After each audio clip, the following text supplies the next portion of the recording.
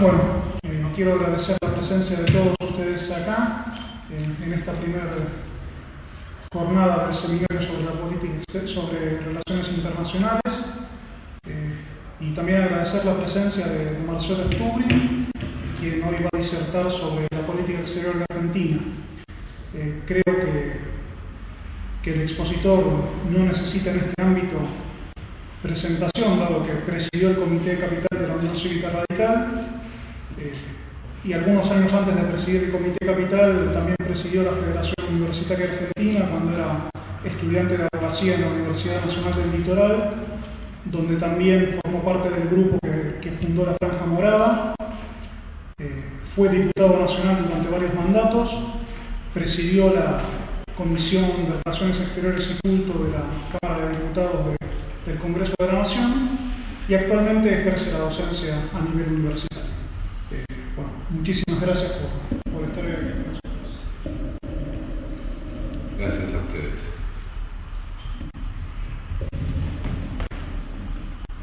Bueno, vamos a trabajar un ratito sobre un tema que es más importante de lo que parece, y es más importante de lo que parece en realidad porque la política es una sola, y la política exterior no trata sobre los problemas de los embajadores, los diplomáticos, los cócteles o los que hablan varios idiomas. La política tiene, política con mayúsculas, la política propiamente dicha, tiene en la política exterior una de las caras de la moneda de la construcción de poder en un país. Sería imposible tener una buena política doméstica y una mala política exterior y viceversa. En segundo lugar, el concepto de política exterior tiende a ampliarse. En mi enfoque particular, la defensa nacional, las cuestiones de la seguridad internacional y las cuestiones de la economía forman un solo haz con la política exterior, son un nudo. Sería imposible imaginar que la política exterior versa sobre cuestiones que carecen de contenido económico, que carecen de contenido estratégico. ¿Cómo se podría diferenciar? ¿Para qué serviría la defensa nacional si no fuera un instrumento de la política exterior? ¿Cuál sería la hipótesis por la cual hacen falta fuerzas armadas en los distintos países si éstas no fueran concebidas como un instrumento de la política externa del país y en consecuencia un instrumento de la política? Yo quiero traer aquí otro concepto previo. Y el tercer concepto que voy a intentar plantear es que no puede haber una política exterior que pregone el aislamiento. La integración es una parte inescindible de los objetivos de cualquier política exterior. Sería insensato un mundo en el cual algún Estado pueda tener racionalmente una política que pregone el encierro, que pregone el aislamiento, que pregone la ausencia de vínculos con el mundo exterior. No habría imperio de tamaño tal que pudiera tener la pretensión de tener una política de no vínculos con el mundo que lo rodea, sea este cercano, próximo o lejano. De modo que ya hemos dicho que esto es parte de la política, hemos dicho que el concepto tiende a ampliarse y en tercer lugar hemos dicho que somos integracionólogos, que somos partidarios de mejorar la calidad, la virtud de los vínculos que tenemos con el resto del mundo. Hablando de virtud, Maquiavelo decía que el príncipe necesita fortuna y virtud, pero en realidad lo que decía era que necesitaba virtud para las épocas en que se acaba la fortuna. Y entonces consideraba que la fortuna y la virtud se mezclaban en una alquimia perfecta cuando el príncipe sabía desarrollar el sentido de la oportunidad, que había cierta estructura ocasional que permitía que la virtud modere la mala fortuna o exalte la buena fortuna. Qué lástima con este gobierno que no tiene ahora ni fortuna ni virtud. Vamos a tratar de enumerar de modo ordenado los principios liminares de la política exterior que la Unión Cívica Radical ha defendido a lo largo de su historia, que ha sido plataforma de acción de sus gobiernos y que ha sido parte de las cuestiones que ha defendido este partido a lo largo de su historia.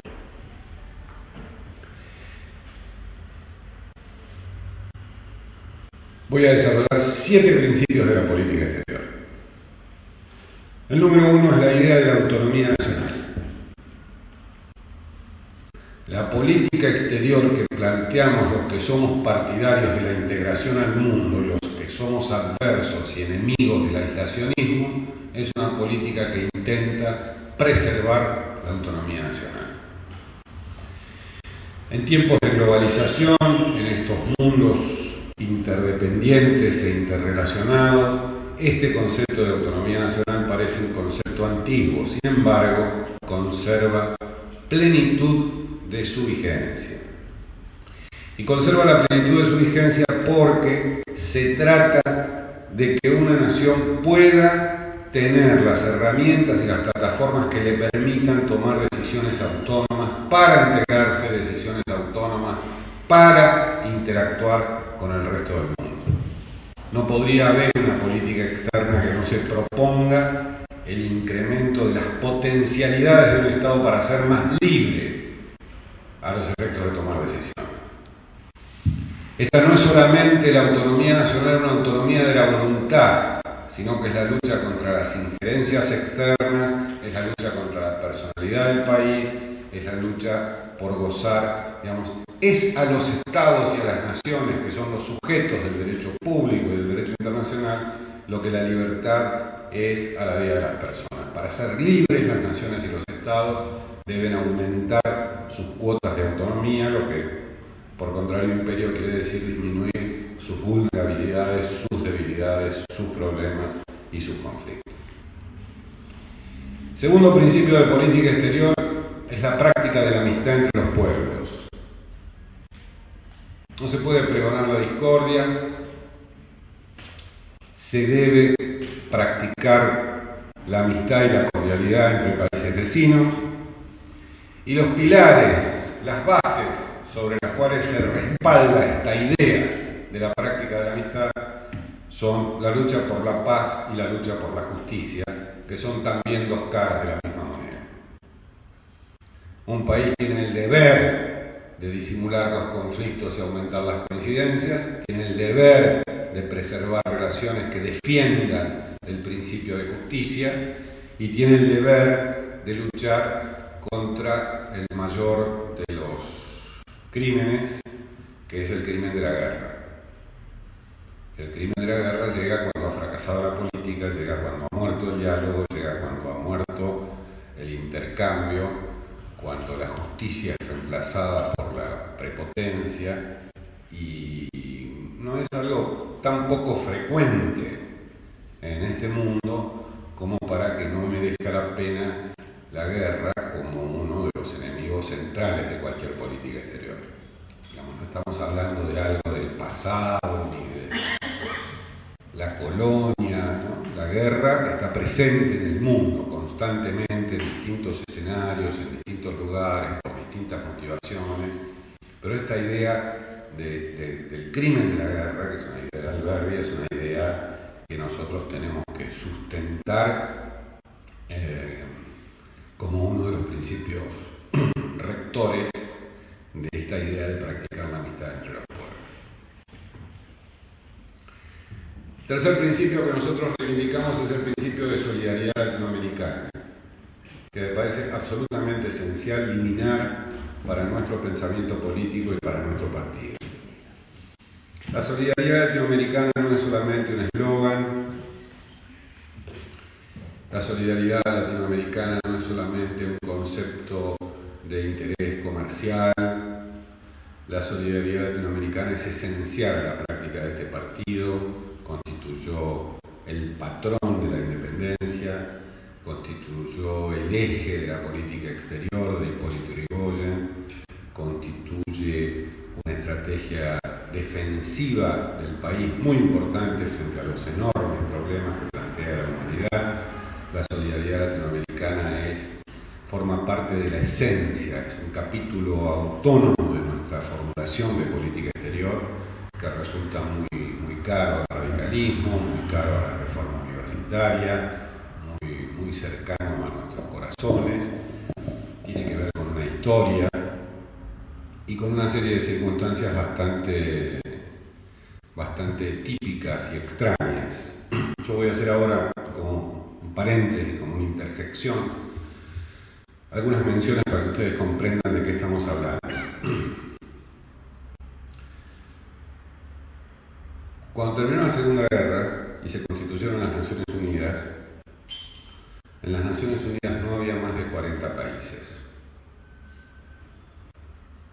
Estaban los países europeos, de larga tradición, y estaban los países latinoamericanos. Y algunas potencias del mundo. Por supuesto estaba Turquía, por supuesto estaba Egipto, que estaba con una independencia cuestionada, por supuesto estaba la India, pero en realidad formaba parte de un protectorado británico hasta que Gandhi produce la independencia. De los 200 países que hay en las Naciones Unidas, había solo un 25%. Y es notable que América Latina estaba íntegra, como ahora.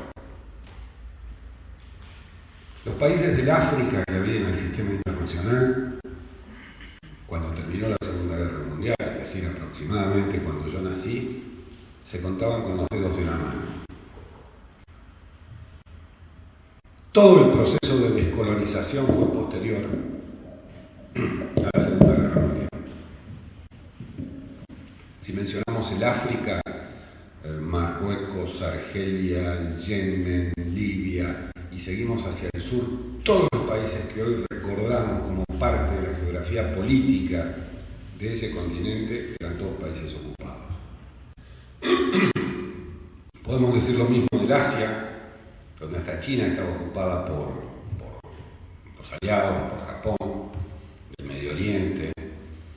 Israel era un protectorado inglés, igual que Jordania. En realidad el reino de Jordania se inventó en esos años porque no existía.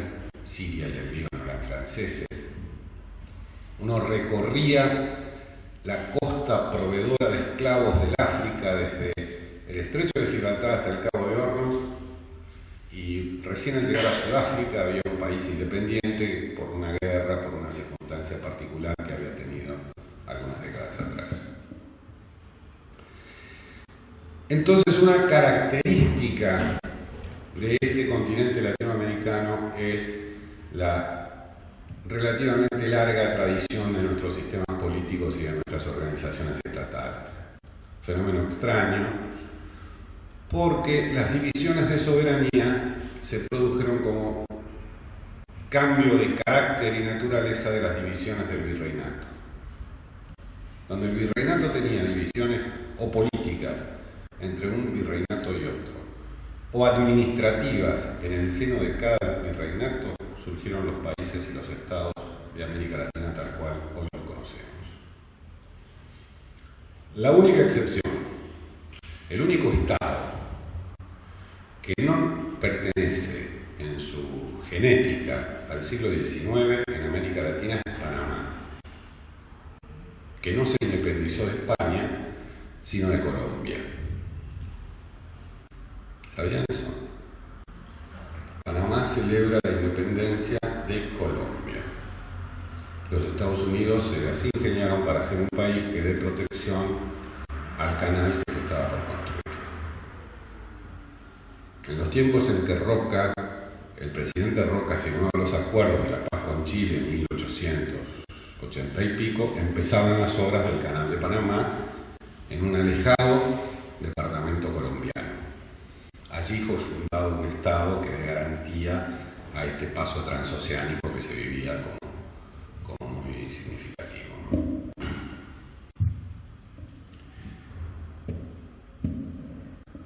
También puedo decirles que los acuerdos que nos dieron la Patagonia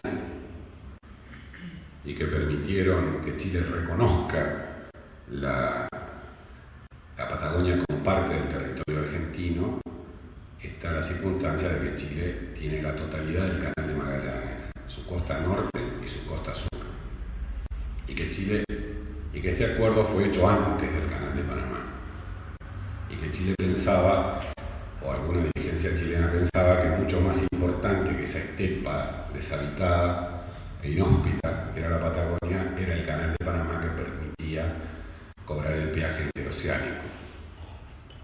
Nunca le sirvió a nuestros hermanos chilenos, porque el Canal de Panamá hizo que el tránsito de la expedición de Magallanes sea irrisorio, digamos, desde el punto de vista de las expectativas que había en relación a la importancia estratégica que tenía el control de ese vínculo entre el Atlántico y el Pacífico. También solidaridad latinoamericana, porque tuvimos prepotencia del hermano mayor norteamericano. También solidaridad norteamericana porque nuestras independencias son comunes, compartimos héroes, compartimos gestas independentistas en las batallas contra la colonia española.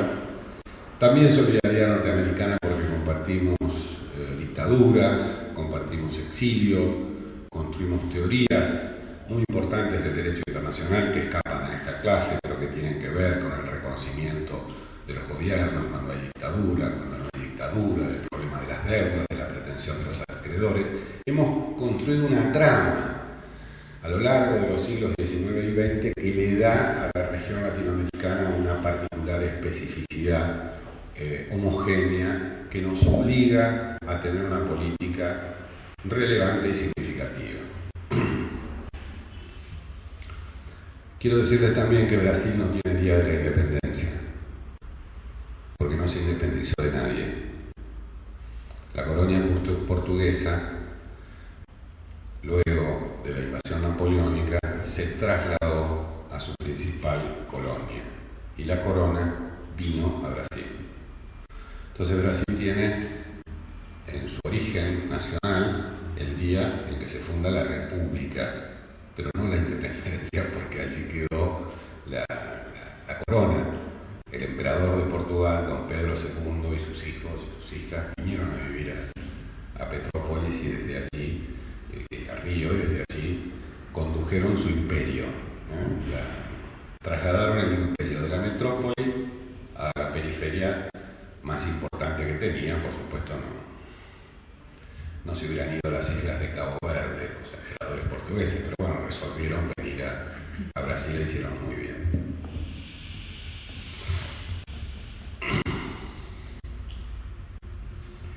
El otro punto es la idea de la soberanía nacional, que es levemente diferente a la idea de la autonomía. La idea de la soberanía nacional constituye una idea compleja que contiene internamente el sistema democrático de toma de decisiones al interior de cada uno de los estados, pero que constituye también el derecho de un país a articularse con otros con su identidad y con su personalidad. El punto primero, el de la autonomía, alude a la posibilidad de tomar decisiones, pero el de la soberanía alude a la integridad sobre el territorio, a la idea de que se puede tener una política de defensa, la idea de que tiene que haber fronteras, que esas fronteras deben servir para unir y no para dividir, pero que es una idea central, un principio central y esencial de la política exterior. Luego tenemos un concepto antiguo, moderado por algunas ideas, pero absolutamente relevante, que es esta idea de la no intervención en los asuntos internos de otros países. Este concepto de no intervención es un concepto esencial. Si el presidente de un país se mete en el proceso electoral del país vecino, estamos mucho más cerca del conflicto y de la guerra que de la paz y de la concordia. El principio de no intervención es un principio rector, pero ha cedido. Irigoyen lo hizo ceder muy fuertemente cuando desarrolló una doctrina que le impedía al gobierno argentino reconocer a dictadores militares. Esta es una limitación al principio de la intervención. Dice, no, mire, si en este país hay un golpe de Estado, yo no tengo obligación de darle continuidad jurídica a esta relación diplomática. Vamos a examinar, vamos a ver. Es una limitación. Y más modernamente han aparecido otras limitaciones al principio de la intervención que tienen que ver con la preeminencia de los derechos humanos y del sistema protectivo de los derechos humanos en el orden internacional, que se puede prestar para un barrido, para un fregado, que se puede prestar para bombardear Kosovo, pero que también se puede prestar para otras circunstancias que son favorables, en el sentido de decir, mire muchacho, un momentito, usted tiene derecho a hacer lo que se le antoje dentro de su país, pero no tortura, no mata, defiende la dignidad humana, conserva, no practica un genocidio. Es un concepto de muy buena raigambre que debemos defender, pero es un concepto que ha sido permeado por otros valores y otras cuestiones que se han instalado en los últimos años. Uno de ellos es el medio ambiente. Cómo tolerar una violación flagrante del ambiente sin poder decir, mire señor, lo que está pasando en su territorio tiene consecuencias sobre el mío, tiene tales cuestiones y tales características. Pero básicamente el principio de no intervención en los asuntos internos de otros estados es el pilar de la paz. Y ese pilar de la paz es un pilar muy relevante y muy significativo, porque miren, en América Latina hubo guerras de todo tipo. Y algunas muy recientes, algunas en la década del 90, hubo una guerra entre Ecuador y Perú en el año 1992, 1993, hubo una guerra del fútbol en Honduras, hubo guerras por todos lados, muchas veces. La famosa guerra del Chaco, la del heroísmo paraguayo, hubo guerras y guerras y guerras. Pero los límites entre los estados han conservado esa lógica de un tipo Sidetti que provenía de las divisiones administrativas de la colonia. No podemos decir lo mismo de la rica y culta Europa, que entre Francia y Alemania se han cambiado regiones, que Alsacia y Lorena eran de un lado y fueron para el otro, que Niza, que es francesa, es de la ciudad donde nació Garibaldi y era italiana, y cuando los austrohúngaros se la sacaron, Yugoslavia explotó en 4, los Sudetes, que eran, digamos, la zona alemana, polaca, no, las fronteras han cambiado de patrón y ha habido migraciones internas con motivo de eso, ya no solo en el siglo XIX, sino también en el siglo XX, de una manera que debiera enorgullecer a los latinoamericanos por la solidez de nuestro marco institucional, y es algo que merece la pena destacarse porque a veces esa idea latinoamericana es una idea que se trata de modo bastante despectivo y que sin embargo contiene una serie de elementos que son bien interesantes. Otro principio de política exterior, el sexto, es el apoyo a la democracia y la defensa de los derechos humanos, que es un principio esencial. No es neutral una política. No es neutral una política respecto al régimen político del Estado vecino. Y si yo tuviera que destacar, que poner un subrayado, que poner una obra maestra de las relaciones exteriores, si hubiera que escribir sobre un caso para que estudien en Harvard, sobre qué es lo que significa este concepto, le diría que la política del gobierno de Alfonsín con los países vecinos y particularmente con Chile de Pinochet fue para el premio Nobel. Fue una política preparada con seriedad, con rigor, con detalle, seguida de manera milimétrica. Nos permitió respaldar a la oposición chilena, nos permitió primero desarmar las hipótesis de conflicto y firmar el Tratado de Paz y Amistad en 1984, cuando recién llegamos al gobierno.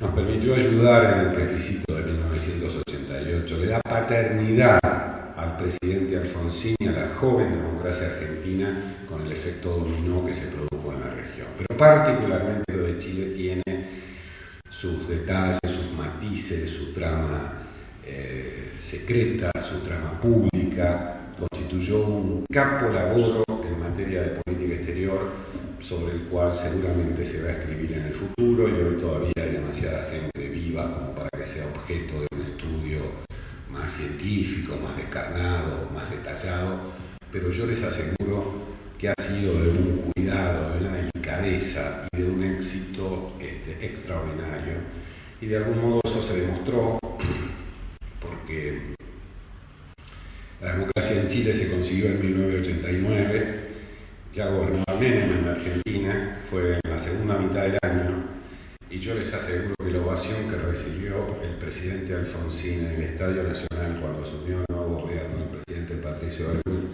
le hacía caer las medias al más pintado, porque ahí había absoluta certeza, no solo en el pueblo chileno, sino en la totalidad de la militancia política de todos los partidos democráticos, del cual había sido el papel que había jugado esa débil democracia del país vecino en obtener los resultados que ellos obtuvieron con una dictadura que peleó antes de retirarse y que dejó el sistema político sembrado de condiciones antes de retirarse, de naturaleza constitucional, de naturaleza política, de naturaleza económica, presupuestaria, de toda índole. En realidad la única transición sin negociación y sin condiciones fue la transición argentina, porque ganamos nosotros. Mirado el paisaje de las transiciones a la democracia en toda la región, todas fueron fuertemente condicionadas, todas tuvieron leyes de amnistía, todas tuvieron pactos políticos, todas tuvieron condicionamientos transaccionales. Alguien podría decir que es por la guerra de Malvinas, que es probable, que es por el gran deterioro que tenía la dictadura argentina, y es probable que tengan razón, pero también es por la decisión y por la voluntad del gobierno electo hace en estos días 25 años de no aceptar las reglas de juego que imponía el régimen saliente, como había aceptado un peronismo más influido por la dirigencia sindical, más acostumbrado a la negociación por el poder, menos confiado en esa idea de la democracia participativa, que era la idea que primaba 25 años atrás, esa idea de la primacía del Estado de Derecho por sobre las otras circunstancias de la vida. Y el último punto, que es muy central, es el acatamiento al derecho internacional. El séptimo principio de la política exterior es la idea de que el derecho internacional es salvador.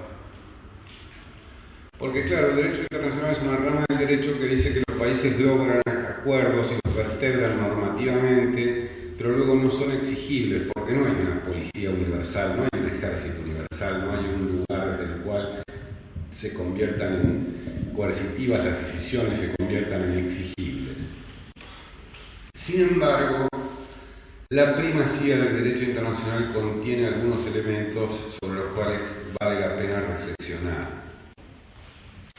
Para un país como la Argentina, el derecho internacional es esencial, porque el que está en contra, el que subestima la importancia del derecho internacional, en realidad lo que está haciendo es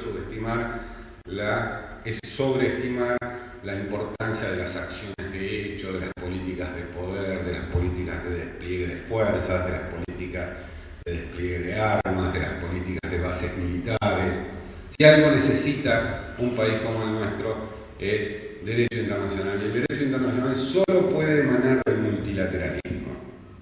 Lo contrario del derecho internacional es el gobierno que se va en los Estados Unidos. Ese es el gobierno de los poderes fácticos, de los poderes del despliegue militar, de los poderes de la inteligencia. Esa es una política antijurídica que considera que todo el mundo es parte de su territorio desde el punto de vista de la evaluación y la evolución de sus amenazas.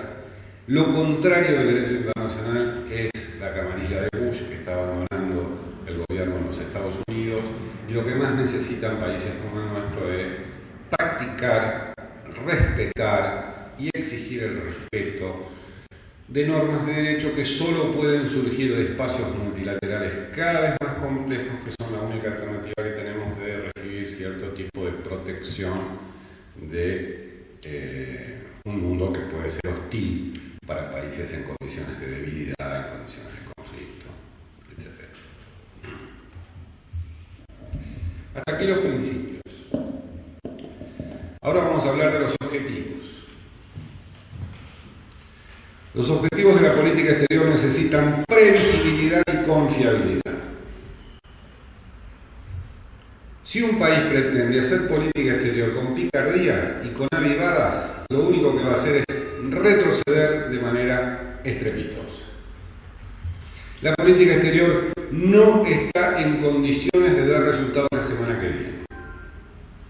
La política exterior va a dar resultados cuando a lo largo de los años un país gana autoridad, gana predicamento y gana prestigio sobre la base de la sensatez, la racionalidad de sus planteos y la lógica implacable de sus argumentos. Entonces, cuando eso así, los votos no se pueden negociar, no te puedo cambiar 3 kilos de frutillas por 1 kilo de manzanas, no te puedo dar 2 votos a favor tuyo en las Naciones Unidas y cambiártelo por otro, porque tengo una política previsible. Y los países que son respetados son aquellos que tienen políticas previsibles. No hay espacio en la política exterior para los pícaros, para los vivos, para los avivados. La inteligencia tiene que ser puesta al servicio de la coherencia. Y las experiencias y los saberes desde el punto de vista jurídico tienen que estar apegados a la idea de que es un Estado que cuando cambia su gobierno uno no puede decir eran los atorrantes del gobierno anterior, porque es la continuidad de un Estado. Jamás haría eso un francés o un brasilero sentado en una mesa de negociaciones. Jamás llevaría la contradicción, sino que haría los esfuerzos para que la curva que se produce frente a un cambio de política sea la más leve y la menos aguda, la que permita conservar la idea de que este es un país creíble, que va a plantear esto cosas muy similares a lo largo de todos sus gobiernos, que podrá haber pequeñas variaciones de acuerdo a cómo puede evolucionar la opinión pública o los factores de poder dentro de un país, pero que de ninguna manera van a ser,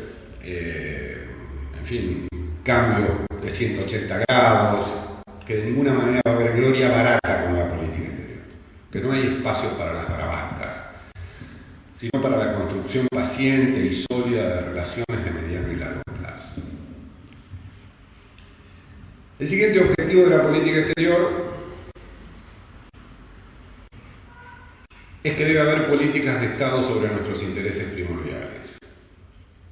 La política exterior no puede ser ejercida en nombre de un partido contra nosotros. No se pueden ganar votos ni pretender hacer campañas electorales con la política exterior. Eso es criminal. La política exterior se practica construyendo consensos con sectores de interés, con sectores políticos, con sectores académicos y con sectores de la diplomacia acerca de los intereses vitales, estratégicos y más importantes de la nación. No es que hoy te vendemos gas y mañana te lo quitamos, no es que la oposición mirá cómo se quedó hablando pavadas porque propuso algo y yo llevé el gobierno a hacer otra cosa. Todo esto no sirve para nada. Si el presidente, que es el que constitucionalmente tiene la facultad de llevar adelante las relaciones exteriores de la nación, no es capaz de escoger las 10 cuestiones o las 5 cuestiones primordiales para los intereses de la nación y convertirlas en política de Estado, va muy mal, pero muy mal, y tiene un atraso en materia de política exterior.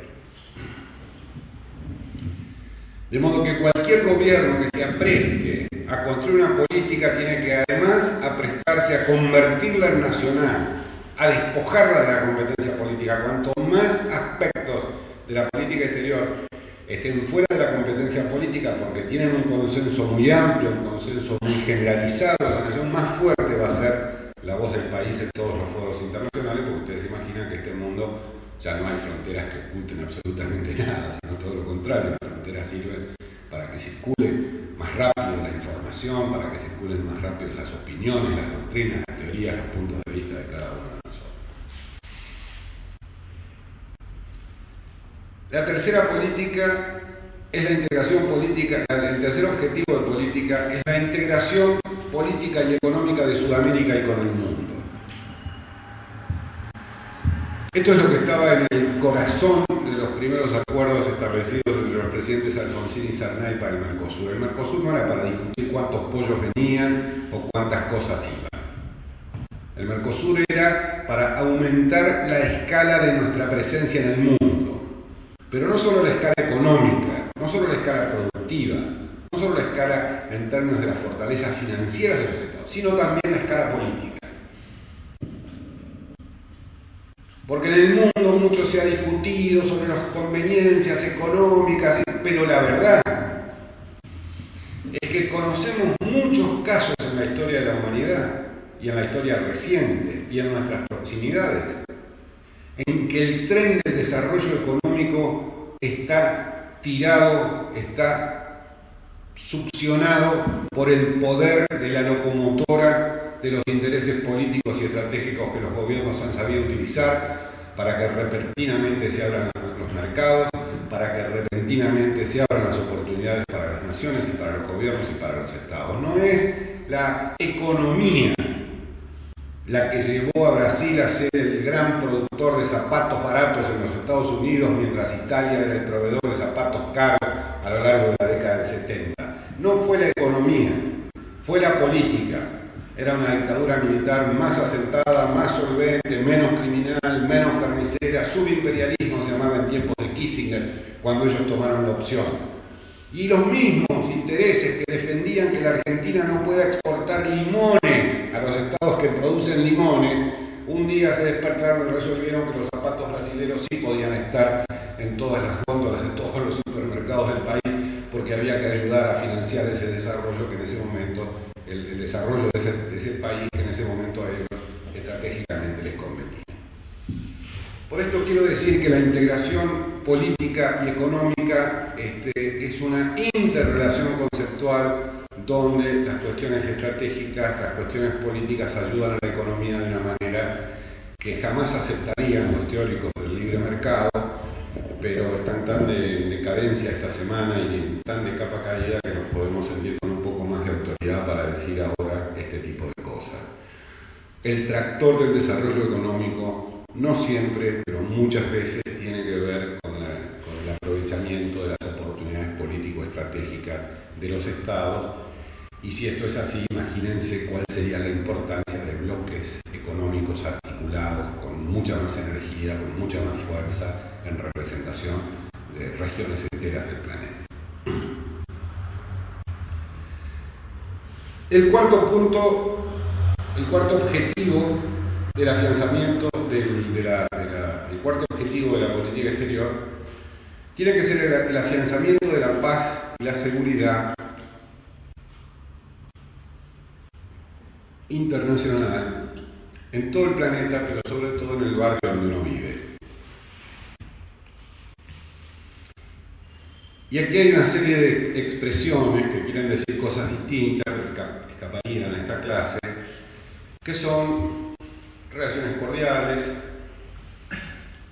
relaciones de confianza, relaciones de cooperación, relaciones de ayuda mutua y relaciones en inglés se dice peace building y en castellano podemos decir de construcción, de edificación de la paz.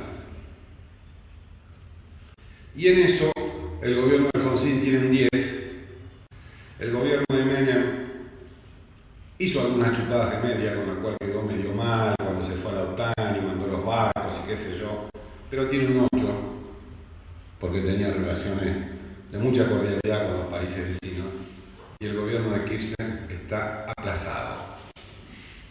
Y vivimos desde el 83 en adelante en la peor época, sufriendo el mayor retroceso en términos de la calidad de cómo esta región realiza cooperaciones al afianzamiento de la paz y la seguridad internacional. Esta hoy se ha convertido en una zona de conflicto. Con una pésima política argentina de baja intensidad, bajo interés y baja prioridad, tenemos problemas por todos lados. Tenemos problemas en Paraguay y muchas esperanzas porque hay un nuevo gobierno desde hace poco tiempo. Tenemos problemas en Bolivia, hay problemas en Colombia. Brasil tiene frontera con todos estos países. Ha habido conflictos no terminados entre Perú y Ecuador. Chile no tiene relaciones diplomáticas con Bolivia, no tienen embajadores desde 1880, tienen cónsules. Chile y Perú tienen un conflicto por el mar territorial tremendo y Bolivia reclama a Chile y a Perú salir al mar. Además de los problemas del desmembramiento, de la amenaza de desmembramiento territorial de Bolivia, que espero que no ocurra, que no suceda, que no se libanice una nación vecina a la nuestra y con lazos tan relevantes y tan significativos con la Argentina. De modo que este objetivo de pensamiento de la paz y la seguridad internacionales, primordialmente en el lugar donde uno ocupa, es un objetivo que hoy no está tonificado, no está exultante, no está sano, no está pleno, sino que hay un cierto nivel de diálogo. Todos pudimos ver el conflicto entre Ecuador y Colombia por el asesinato del líder de la FARC, los conflictos de Venezuela con Guyana por el Esequibo, por el petróleo del lago de Maracaibo con Colombia. Todos podemos ver que hay un tono de la política regional que es extraordinariamente preocupante, o por lo menos alarmante, desde el punto de vista de este objetivo. Pero también acá aparece otro conflicto, y es que en inglés no existen las palabras seguridad y defensa. Esas palabras seguridad y defensa, tan nítidamente segmentadas en dos leyes de la nación, una ley de la defensa nacional que regula el instrumento militar y una ley de seguridad nacional que regula los instrumentos del Estado Nacional, que son las tres fuerzas, ahora son cuatro: la Policía Federal, la Prefectura, la Gendarmería, y ahora se agregó la Policía Aeronáutica por inspiración del ministro Aníbal Fernández. Para nosotros, hasta legalmente, una cosa es la defensa nacional, donde interviene el ejército, y otra la Armada y la Fuerza Aérea, y otra cosa es la seguridad interior, donde intervienen nuestras fuerzas de seguridad. Pero con eso no resolvemos el problema. En el mundo muy pocos países utilizan estas dos expresiones nítidas: seguridad es seguridad, y toda la doctrina de las nuevas amenazas pasa por el cono de la seguridad. ¿Cuáles son las nuevas amenazas?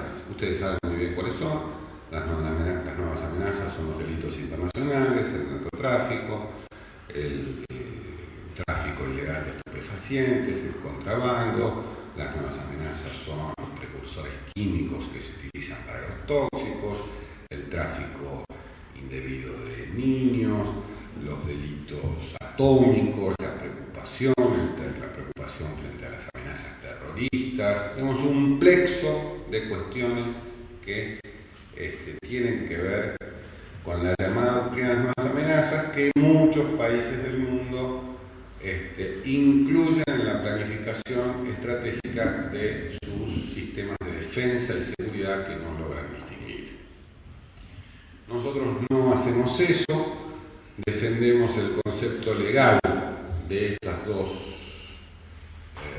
caracterizaciones, que hacen normas que fueron sancionadas por unanimidad en el Congreso de la Nación, pero debemos admitir que hay circunstancias donde la totalidad del esfuerzo logístico del Estado tiene que estar al servicio de tomar determinados controles, porque no hay radares, porque no hay control del espacio aéreo, porque no se pretende que las Fuerzas Armadas se ocupen de interferir en cuestiones policiales porque no están educadas ni entrenadas para ello, pero hay un lugar donde este nudo debe desenvolverse siguiendo los conceptos que están establecidos en ambas leyes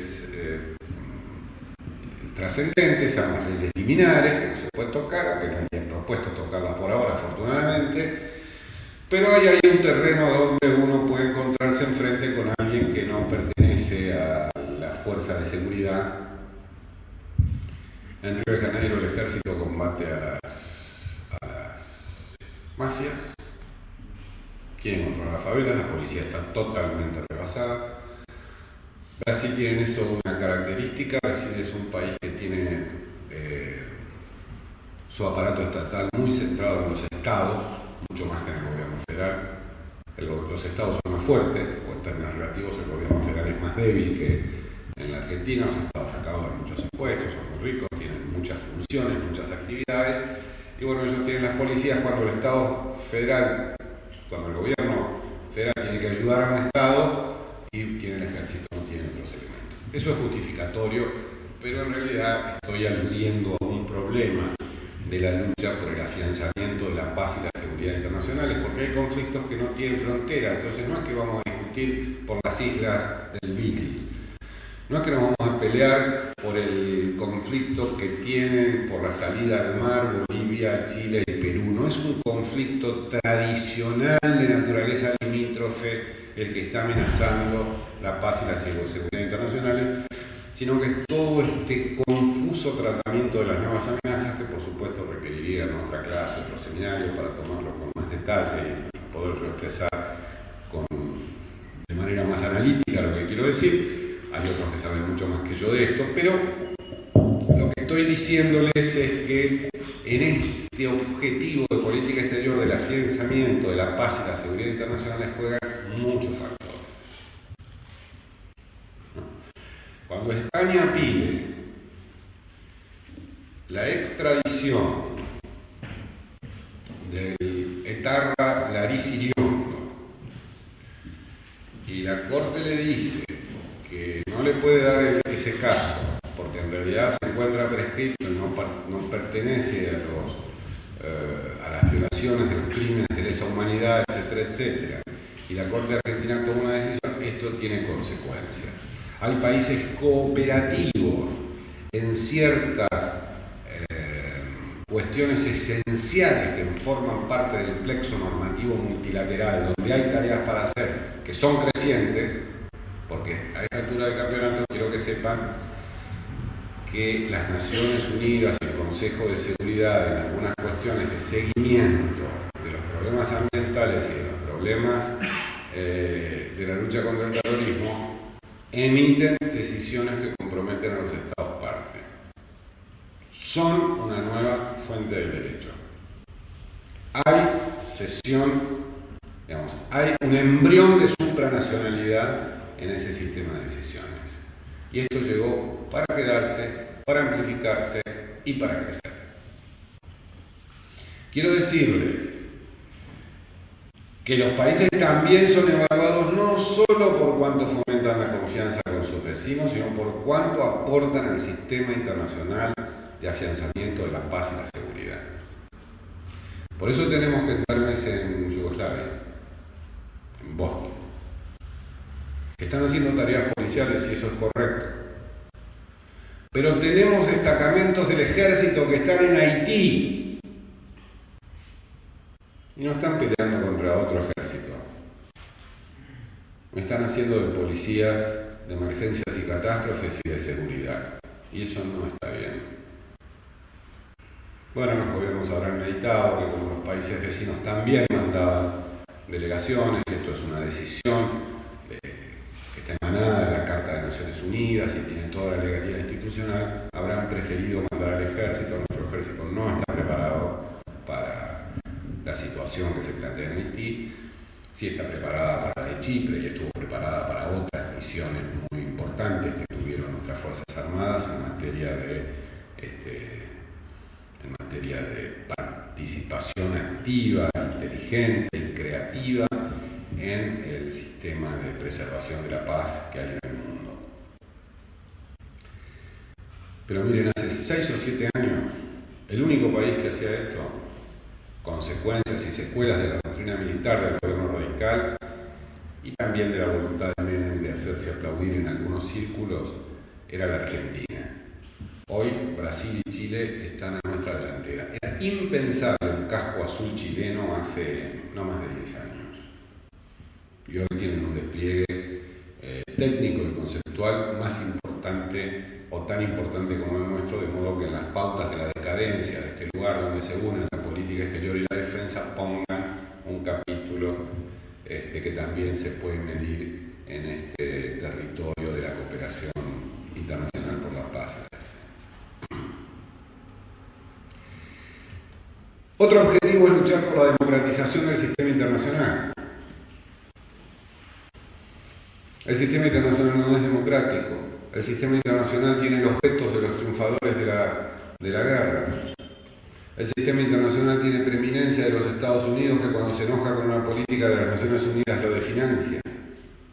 El sistema internacional resolvió que Estados Unidos le sacara los respaldos a la UNESCO porque la UNESCO tenía políticas en materia educativa que no le interesaban a algún gobierno americano. El sistema internacional, desde el punto de vista jurídico y desde el punto de vista de la organización de su estructura y de su vertebración, está en pañales, es un bebé, es una criatura. Es como las normas que regulaban la vida jurídica de las tribus. Algunas había, pero eran muy pocas y muy pobres. Y bueno, tenemos que trabajar mucho para mejorarlas. Y ese es lo que antes dije alrededor del papel que juega el derecho internacional para países de la escala del nuestro. Pero el sistema internacional clama urgente por su modernización. Otro gran objetivo de la política exterior es Malvinas. Y en Malvinas, que merecería, desde mi punto de vista, una reunión de todo este tamaño, en Malvinas hay un problema. Hay ciertos acuerdos de Estado, ciertos acuerdos nacionales alrededor del caso jurídico, de cómo se hace el caso legal. Pero yo creo que todas las coincidencias que tenemos sobre el caso Malvinas y su desarrollo legal y sus argumentos y sus fundamentos no alcanzan para disimular el hecho de que en el derecho el tiempo es una variable muy relevante. Y el tiempo no favorece a la Argentina. Y la preservación de derechos abstractos para hacer valer alguna vez ante un tribunal imparcial es algo muy ingenuo, por lo menos. Entonces, acá pasa algo como, es una opinión absolutamente personal, esta no es una opinión partidaria, pero bueno, me han pedido que hable de política exterior, me han pedido a mí, entonces tengo que opinar. Es como el cuento del sádico y el masoquista. El masoquista le dice, pegame, y el sádico le dice, no te pego, y hay paz. ¿No? Entonces con Malvinas ocurre algo así. Nosotros no fomentamos vínculos porque no queremos perder derechos, conservamos los derechos, pero no tenemos vínculos. Inglaterra dice no negocio soberanía, nosotros decimos no negociamos y no negociamos soberanía, y ahí estamos medio parados. Y yo puedo proponer cosas, en fin, puedo tener ideas, pero digamos, 20 años más parados no son buenos. Eso simplemente quiero dejar como mensaje. Creo que tiene que haber políticas nacionales, acuerdos nacionales, pero políticas activas, no políticas de preservación, de coraza protectora de derechos, no son suficientes, en mi opinión. Hace falta emplearse más a fondo, poner nuevas ideas sobre la mesa, mover el asunto. Si no lo movemos nosotros, nadie lo va a mover.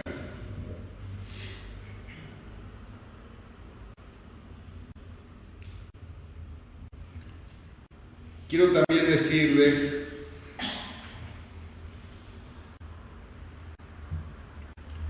lo siguiente.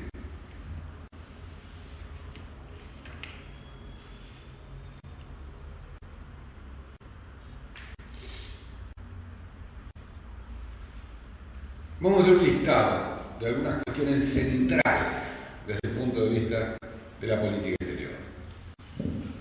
Pero centrales, cuando digo centrales, digo para que ustedes tengan ideas de a qué temas saludo, a qué cuestiones saludo cuando digo que la política exterior y la política doméstica son dos caras de la misma moneda.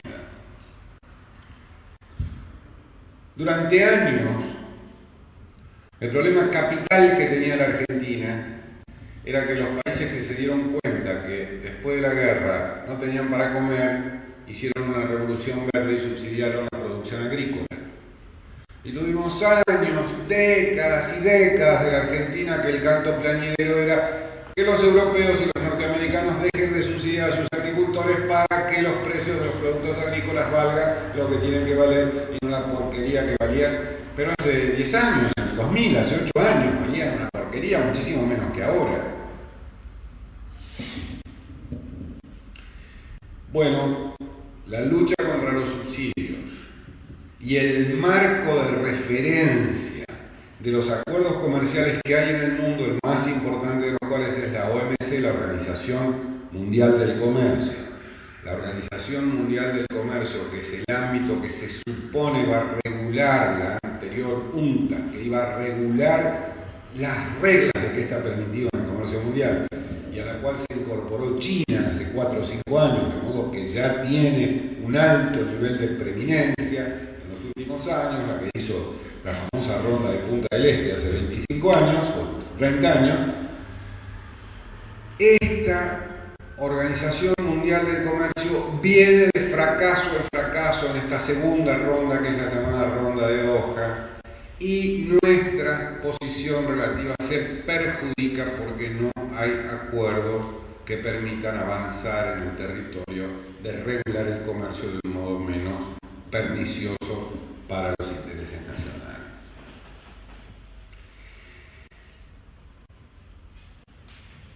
Hablo del Mercosur. Tuve una polémica la vez pasada con el actual subsecretario de Relaciones Económicas Internacionales porque dijo en un programa de televisión en el que yo estaba invitado, dijo, qué bueno, anda tan bien el Mercosur que ni siquiera el conflicto con el Uruguay lo ha afectado. Entonces yo me di el gusto de decirle, la verdad que estás absolutamente fuera de foco. El hecho de que el conflicto argentino-uruguayo no haya ido al Mercosur significa que el Mercosur está pintado mucho más cerca de la extremación y de la muerte que de ser capaz de regular una situación de tensión y tirantez como que tienen dos países vecinos con la tradición de hermandad de la relación argentino-uruguaya que no ha podido preverse, que no ha tenido planificarse. Bueno, eso es lo que les decía al principio. Esto le pasó a Kirchner porque no prestaba atención a la política exterior y porque todo lo que había que decir en relación a Bosnia había que decirlo 5 años antes de empezar el proyecto, pero deja pasar, no leía, no miraba los papeles, no miraba los memorándum que le mandaron. Un día que llegó ya estaban las torres construidas, era irreversible y no había otro remedio que enojarse, gritar, protestar y patalear. Pero si él lo hubiera hecho, porque hubiera leído la carpeta, claro que el viaje a Montevideo es corto, pero el día que fue a celebrar el triunfo de Tabaré Vázquez, hubiera leído la carpeta que le prepararon con los problemas que había con el Uruguay, hubiera podido hablar de ese tema, decirle, mirá, para un poquito, vamos a conversar, vamos a hacer.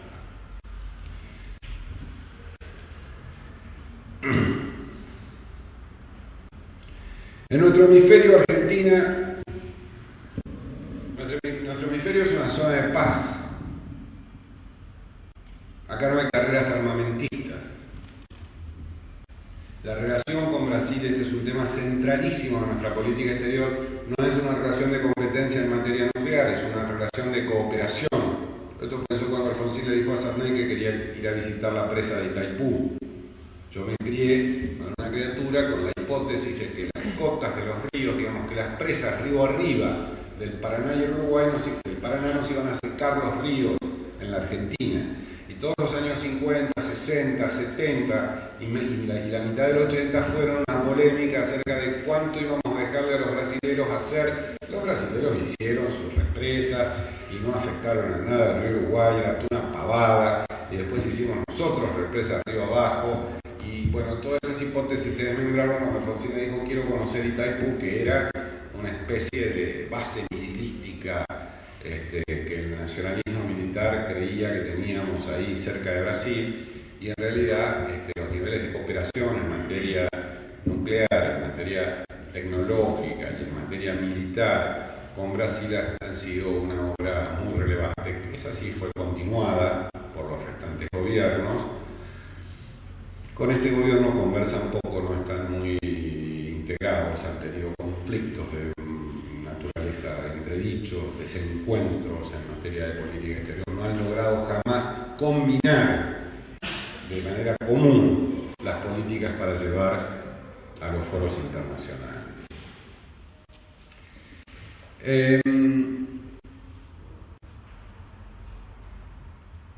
Quiero decirles también,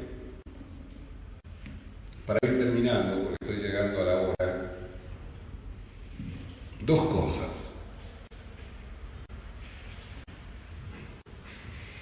Primero, se hizo un mito con la idea de que cuando todos los presidentes pertenezcan a las mismas corrientes ideológicas, los conflictos se iban a terminar.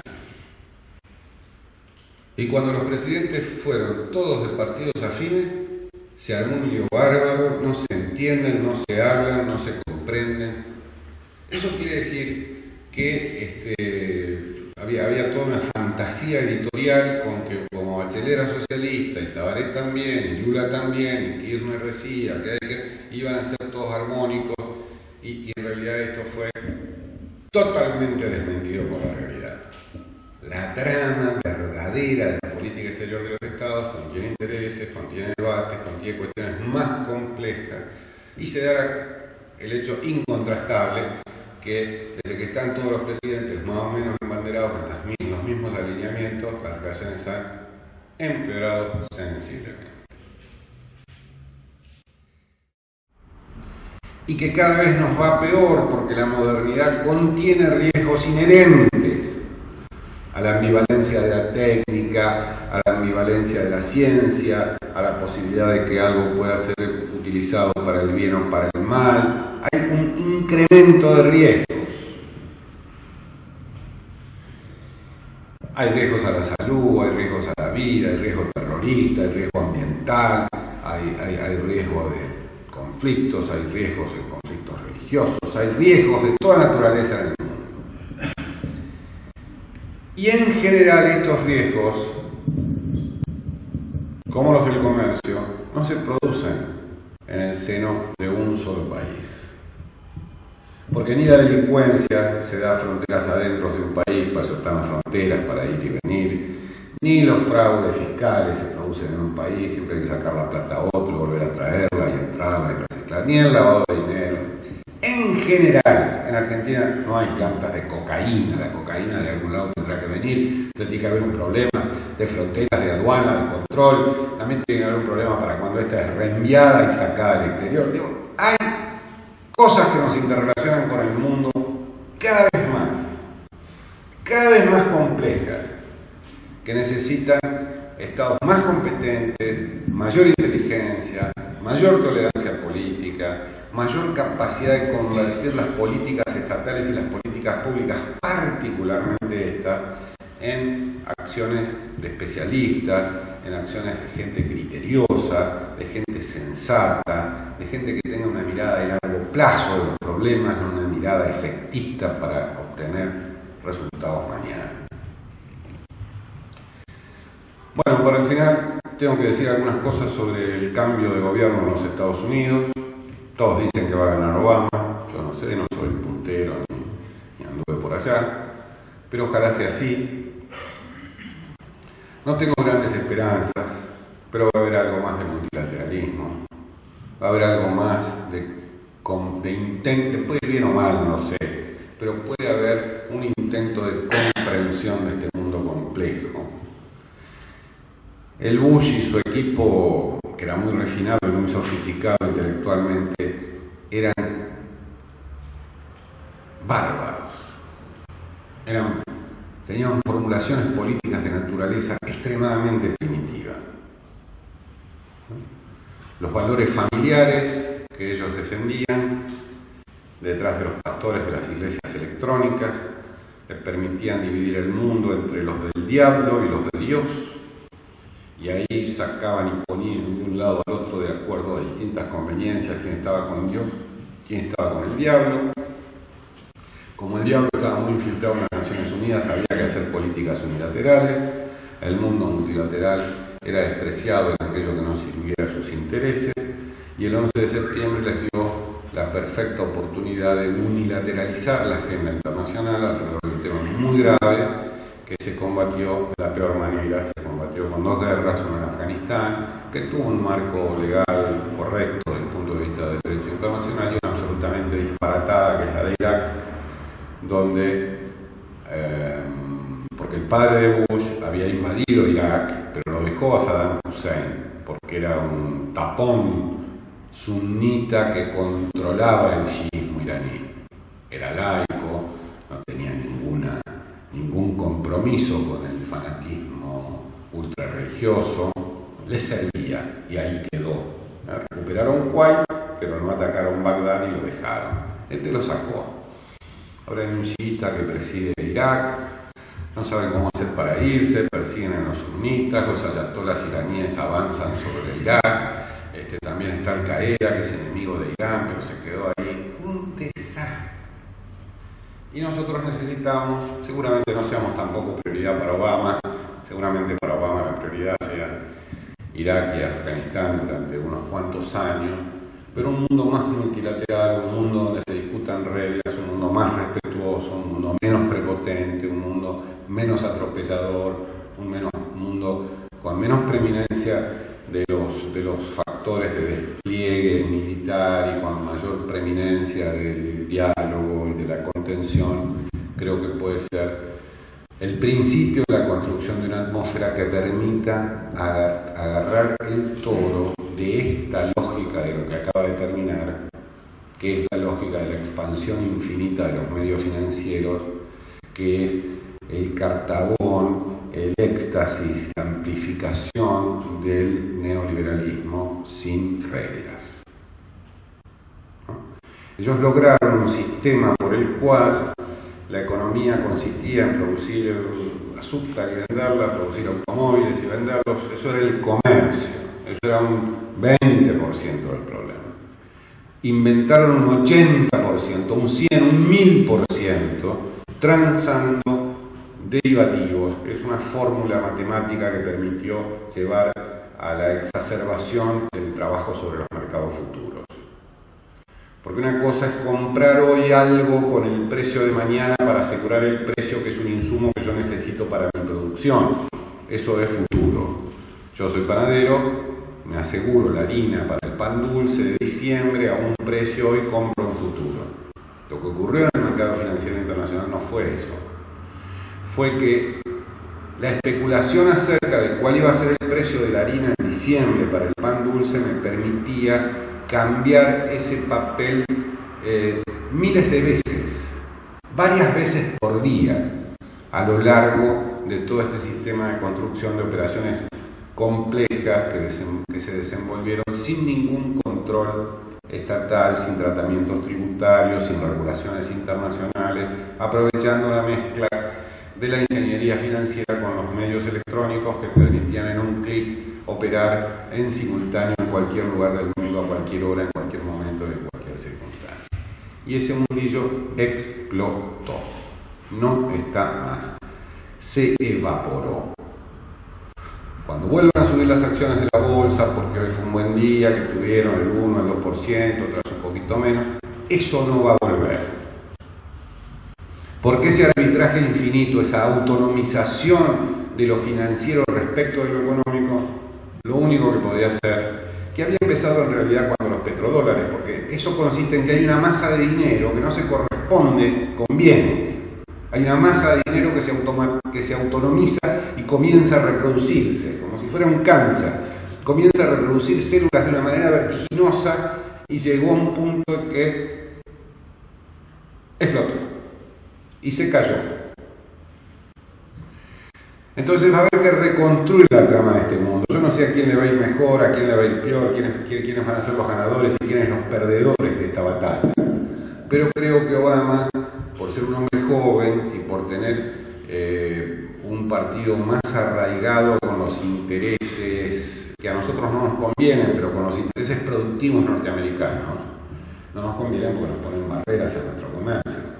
Ustedes saben que el imperio tiembla, pero Argentina no puede exportar limones a los estados que producen limones, ni a los estados vecinos de los que producen limones.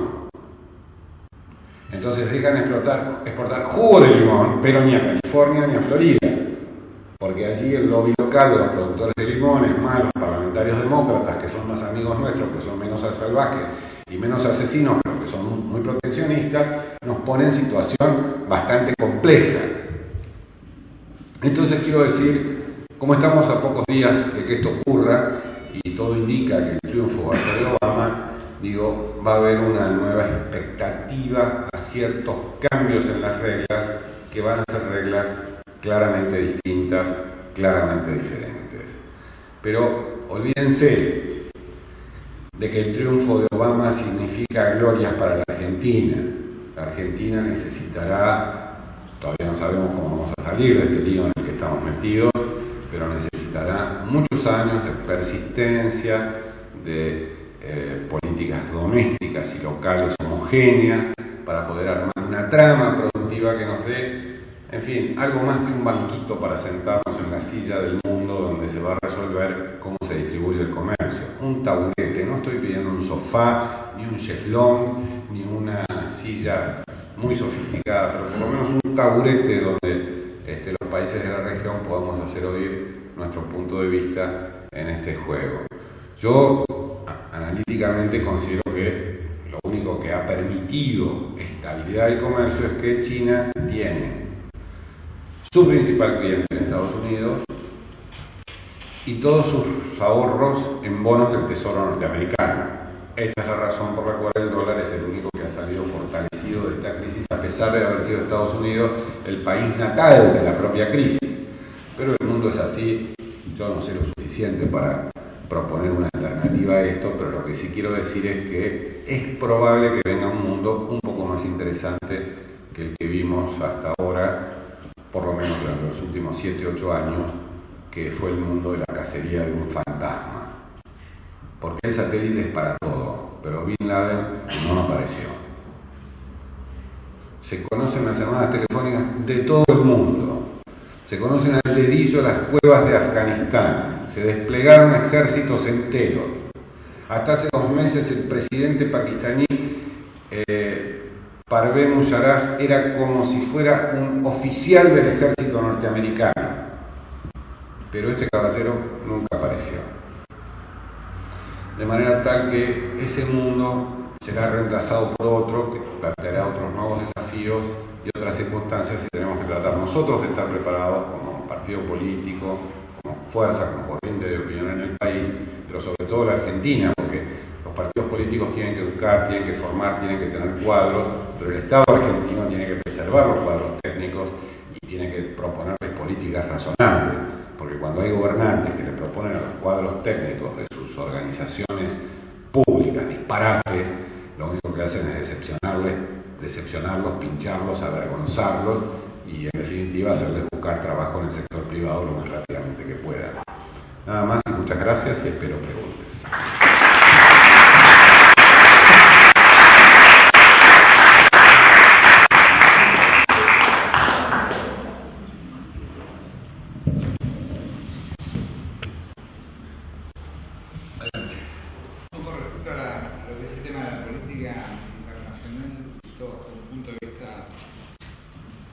Digamos, local, nosotros estamos viendo todo el resto del mundo desde acá.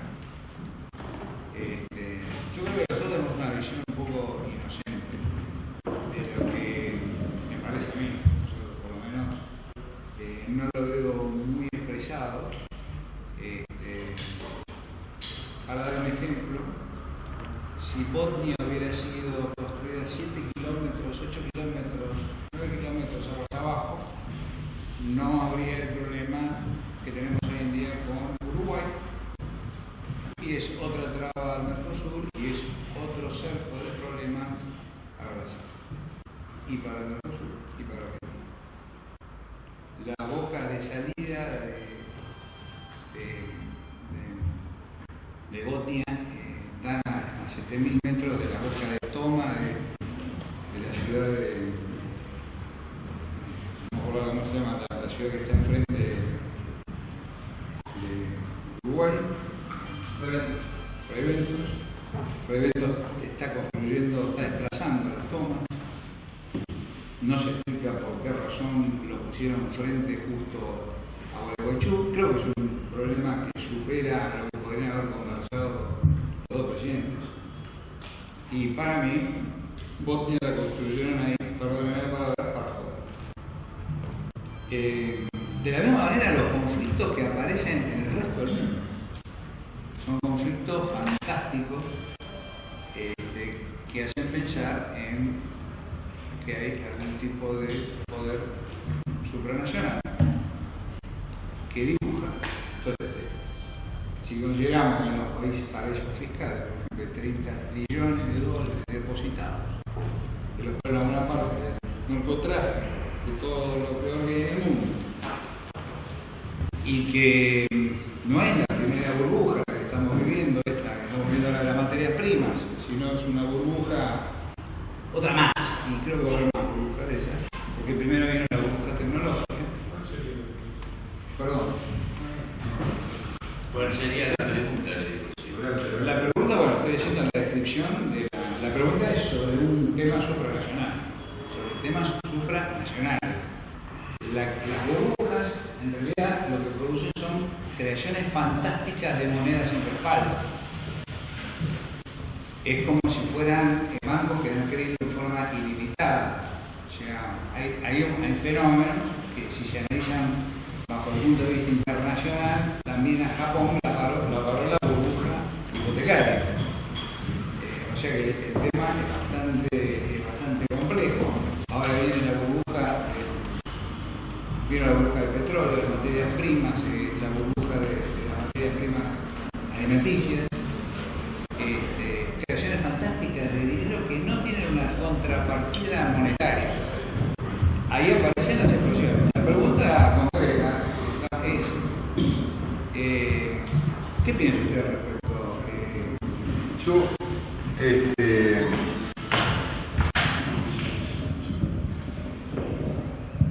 Yo soy muy remiso a creer en las teorías conspirativas. Cuando aparece una teoría conspirativa, la tengo que ver operativa y funcionando, si no, tiendo a no creer. Tiendo a no creer que hay oculto en algún lugar un maléfico, satánico torno que mueve los hilos del planeta. Yo creo que si Kirchner hubiera tenido la carpeta a tiempo, la planta se hubiera construido a 10 kilómetros, a 30 kilómetros o a 100 kilómetros, hubiera sido igual, hubiera sido perfecto, hubiera sido un deseo del gobierno de Finlandia, de la compañía, del gobierno de Uruguay y del gobierno argentino. Creo que si Argentina hubiera sido socia de Botnia y ese hubiera sido un emprendimiento binacional, ni siquiera sé si hubiéramos tenido el conflicto.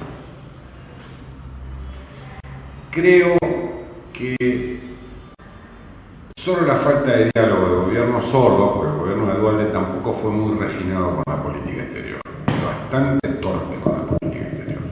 Así como hizo bien algunas cosas domésticas, en materia de política exterior no era algo de su interés. Y la política exterior o es del presidente o no es. Por eso se arregló el conflicto cuando estaban los presidentes en la reunión, no sé dónde estuvieron, en enero pasado, cuando fue Cristina, que resolvieron el conflicto entre Colombia y que Uribe se abrazaba, ¿no? Eso se pudo hacer porque estaban el presidente. Si hubieran estado los cancilleres, no se hubiera podido hacer. Segundo, lo de la soja no fue burbuja. Lo de la soja fue incorporación de chinos y de indios al mercado y al consumo. Luego la explotaron con estas operaciones financieras derivadas. Pero digamos, el hecho de que la soja haya tenido una tendencia ascendente y en general las proteínas de calidad que nosotros producimos, tiene que ver con cosas que pasan en el mundo. Y si usted me dice que van a seguir cayendo, como ha pasado en esta semana, yo le digo que conservo un poco de optimismo y de viabilidad para este país, pensando que no van a seguir cayendo, por lo menos aunque cayendo el precio de la soja, no, bueno, pero digamos que si fue burbuja, la burbuja se pinchó. Una demanda genuina. Está bien. Sí, por encima de no sé, por ahí. Eso puede subir un poquito más. Y la otra cosa que les quiero decir en relación a estos asuntos es que, y es un consejo que les doy, no tengo ninguna cuestión científica, no tengo manera de probarlo, simplemente la única prueba que tengo es contrafáctica. Cuando uno imagina una gran conspiración y al satánico doctor no, en general hay que tratar de sacarlo, al menos provisoriamente, y pensar cuáles son las circunstancias y los comportamientos estúpidos y cotidianos que provocan los conflictos y cómo se puede trabajar para resolverlo. Porque las visiones conspirativas tienen una cosa paralizante. ¿Qué se puede hacer contra un cenáculo donde se resuelven la vida y la muerte y los comportamientos de las personas como a través de un procedimiento electrónico? ¿Qué se puede hacer? No se puede hacer nada. Por eso trato de operativizarlos. Eso quería decirle como visión conceptual y estratégica.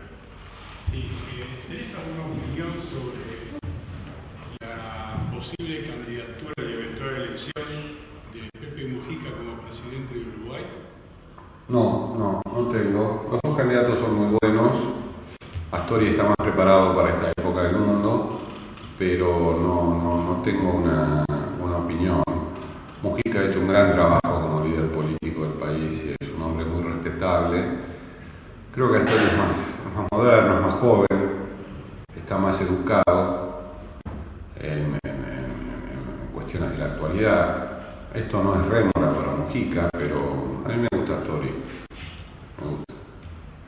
Sé que es más complicado el Mercosur con Astori que con Mujica, porque Astori va a ser un tipo más cercano a Estados Unidos, pero bueno, los intereses del Uruguay son muy claros, ¿no? Nosotros no podemos someterlo, pero tampoco podemos coartarle el camino. Es un país al que le va bien, le ha ido razonablemente bien, ha hecho políticas serias y responsables.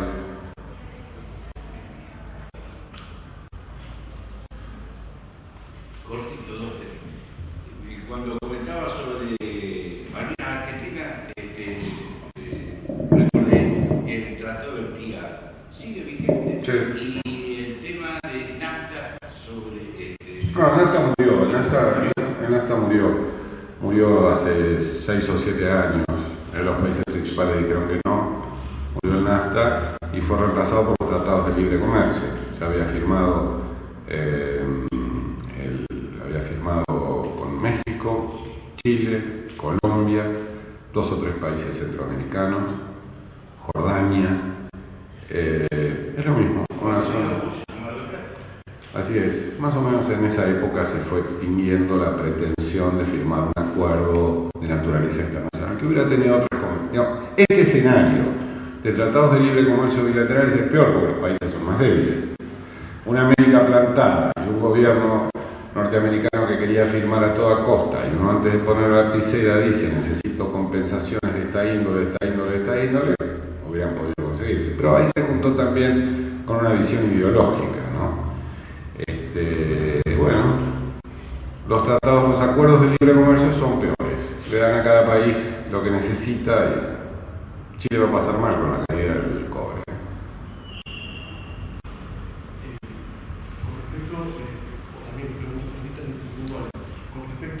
Perdón, el TIAR está vigente, no se aplica, no hay conflicto. No se aplica, pero... Hay un comando, hay reuniones, a nivel de asesoramiento a las Fuerzas Armadas. Las prácticas públicas de los bonaverdes, infantes y demás... Eso no es parte del TIAR, eso es parte de los programas de cooperación y de entrenamiento de las Fuerzas Armadas. Tendría que tener esa práctica la autorización del Senado y del Congreso, ¿me equivoco? Bueno, las tienen, cuando no las tienen no hay prácticas. Ahora nomás se suspendió un operativo conjunto la semana pasada porque el Congreso no llegó a tiempo de firmar la autorización. Bueno, está discutido. Yo no soy tan partidario, pero la doctrina es sana. La doctrina dice que la Constitución en realidad dice otra cosa. La Constitución dice que para mandar tropas al extranjero, para que pasen tropas extranjeras por el territorio argentino, hace falta el Congreso. Y bueno, los gobiernos lo interpretan así, está bien, así se interpreta. El programa de cooperación en tiempo de paz se puede hacer sin tropas, sin armas, en un hotel, con una computadora, donde hacen ejercicios y es lo mismo. Pero bueno, con las armas y los barcos. Puedo acotar algo con respecto a Haití que vos comentaste con respecto a las Fuerzas Armadas. En su momento, ahora están en Chile, en su momento fue para la reorganización de la policía. Así es. Así es. Crucificaban a los delincuentes. Así es. Pero tendríamos que haber mandado gendarmes y no militares. Bueno, como todos los países mandaron militares, los países vecinos, lo justifico, ¿no? Pero no tiene mucha lógica. En realidad nuestra herramienta militar es para garantizar seguridad donde hay otros ejércitos enfrente, no donde hay pueblos. Ese es el concepto. Cuidar una frontera, separar dos ejércitos. Así sea entre el Líbano y Israel o en una situación de guerra o de conflicto. La idea es que las fuerzas de paz tienen que desplegarse a los efectos de evitar conflictos. Para eso están formados nuestros militares, no para dirigir el tránsito. Pero bueno, se adaptarán. Porque además llevaron mucho hospital. Desplazamiento hospital, desplazamiento social, está muy bien. Dos cuestiones. Una, el tema de la cuarta flota de Estados Unidos en el Atlántico Sur. Y otra, la base de Estados Unidos en Paraguay. ¿Cómo juega? No, en Paraguay no hay base de los Estados Unidos. Pero tiene una de las pistas importantes. Hay una pista, pero no está en control de los Estados Unidos. Lo cierto es que vino Rumsfeld, hizo una visita en un momento muy álgido de las relaciones del conflicto de Bolivia. Solo esa visita es aceptable porque el presidente argentino estaba distraído, si no jamás hubiera hecho ningún presidente paraguayo, jamás hubiera invitado al secretario de Defensa norteamericano sin tener diálogo con el presidente argentino, no sería posible, no ocurrió nunca ni en épocas de Stroessner con nadie. Y no hay pista, hay un proyecto, hay una posibilidad con el gobierno de Lugo, eso no existe más. Olvídate. Paraguay plantea una problemática diferente, es la problemática de un Estado donde no impere el orden legal, o donde el orden legal impera para ciertos aspectos de la vida pública del país, pero no para ciertos aspectos de la vida privada. Uno puede ver perfectamente una sentencia pasada en autoridad de cosa juzgada que dice: este carburador es made in Paraguay, uno lee made in Italy, y el fallo dice esto es made in Paraguay a la pelota, y eso plantea un problema en términos de ciertos aspectos de la cooperación, pero Paraguay es un país amigo, las relaciones con Argentina son cordiales, hay una situación de complejidad de vacío, ¿no? Otra cosita, el tema de la UNASUR y el comando de ejército. Bueno, en los Estados Unidos hay un problema que tiene que ver, vamos a ver cómo desarrolla su doctrina de política el nuevo presidente, ¿no? Acá hay un problema. Primero, los Estados Unidos desarrollaron la teoría de la preemption. La preemption no es la guerra preventiva. La guerra preventiva dice, bueno, yo en el país de al lado tengo un ejército que me está amenazando, antes que el ejército tire el primer tiro yo voy a desarmarlo y eso prevengo la guerra, ahorro vidas, ahorro recursos, cruzo la frontera para desarmar porque yo tengo información de que ese ejército me va a tirar. Eso es prevención, guerra preventiva. Pero con posterioridad desarrollaron la teoría de la preemption, que quiere decir, voy a atacar el país que puede llegar a convertirse en una amenaza. Es una instancia previa a esa. Entonces, como en aquel país están en condiciones de hacer una facilidad, un cuartel o una circunstancia que puede constituir una amenaza contra mí, yo voy a ir y voy a sacarlo previamente, lo cual convierte en un relajo esta idea de la que estuvimos hablando, de los asuntos internos, de no inmiscuirse, etc., y quita absolutamente todo límite. Hace 3 años tuve oportunidad de leer un trabajo del jefe del Comando Sur, que decía más o menos lo siguiente.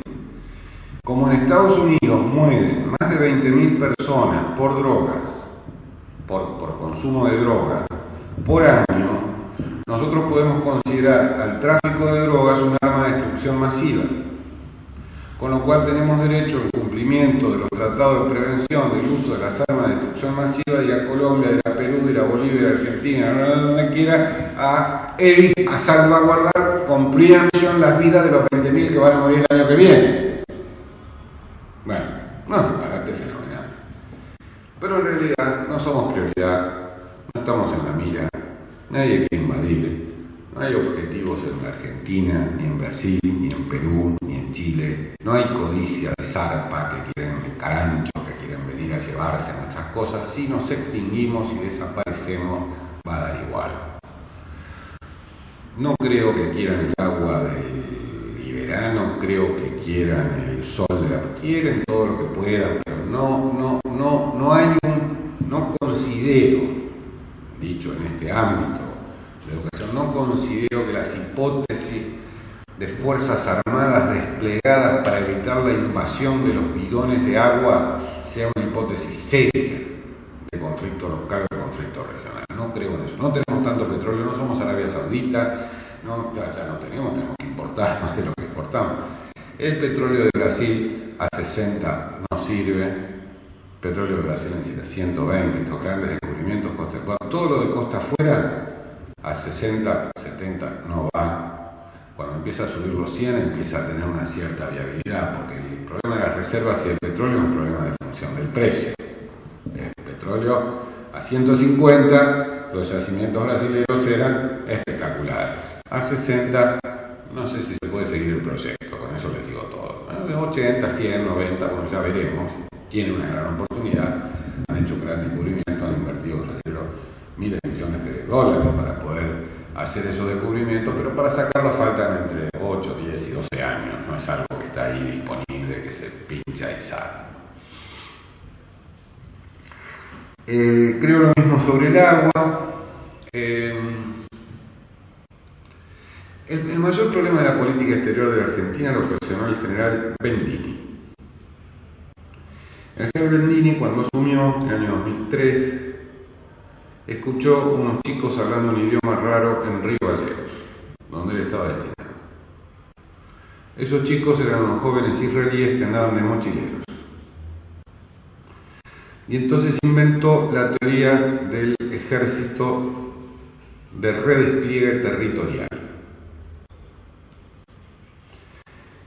Contrario al concepto del despliegue rápido. El argumento es que con el despliegue rápido se quieren hacer fuerzas armadas ágiles dispuestas a ir a distintos escenarios, en distintas circunstancias de amenaza y de conflicto, pero que el despliegue rápido contiene interoperatividad. No les quiero complicar la vida, pero eso quiere decir compatible para trabajar en conjunto con Brasil o con Chile o con otra fuerza armada como Uruguay en un escenario de un tercer país.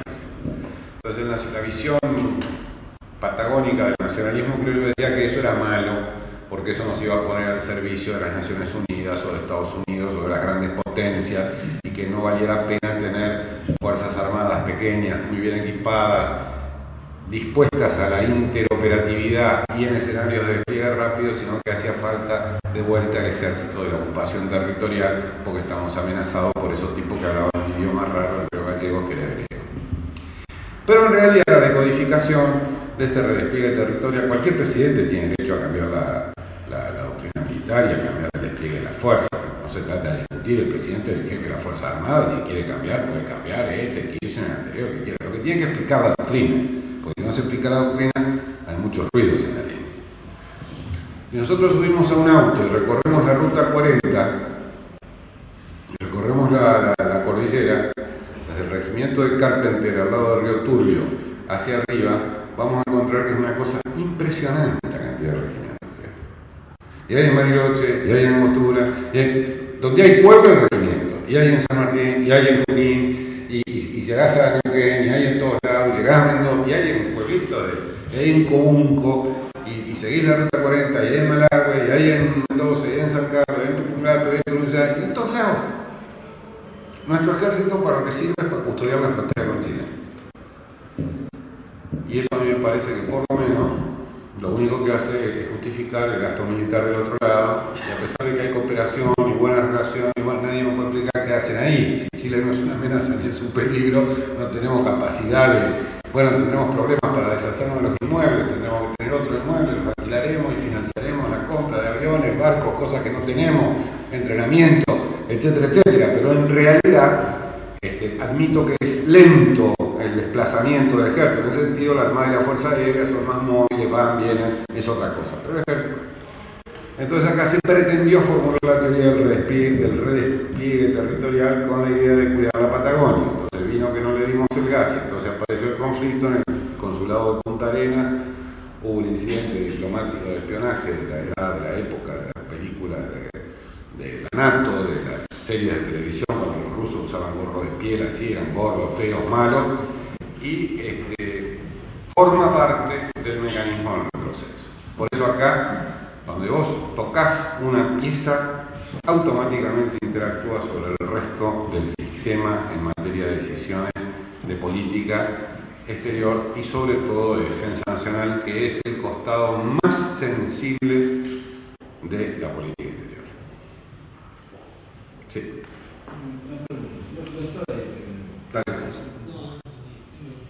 La mía es otro tema. La Unión Cívica Radical está afiliada internacionalmente a la Sociedad Democrática. Socialdemocracia.